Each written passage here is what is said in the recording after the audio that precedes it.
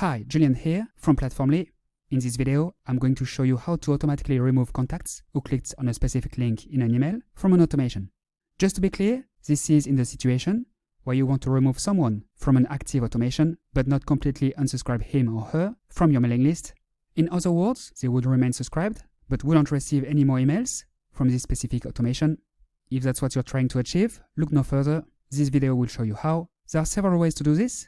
I'm going to show you the easiest way using global conditions. If you want to automatically remove contacts who clicked on a specific link in an email from an automation, what you can do is set up a global condition directly from the automation builder.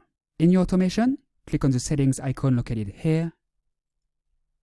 As you can see here, you can set up a global condition. A global condition allows you to stop an automation for contacts that meet specific criteria. It is checked before every next step. In our case, we would simply need to select the contact clicked on email link condition from this drop-down menu.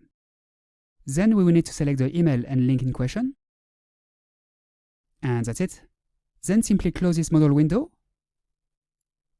and save the changes. Now any contact who clicks on the link we selected in the email will be opted out from this automation. That's it. It is that simple. Please note that you can add as many global conditions as you want. That's how you can automatically remove contacts who clicked on a specific link in an email from an automation. As you can see, it's not that complicated. You just need to understand how it works. Another way to do it is by creating an automation rule. I'm not going to explain how in this video to keep things simple, but know that it is possible to achieve the same outcome using automation rules, which you can access from here. I hope you found this video useful. If you have any questions, don't hesitate to get in touch with our friendly support team by clicking here and on Help.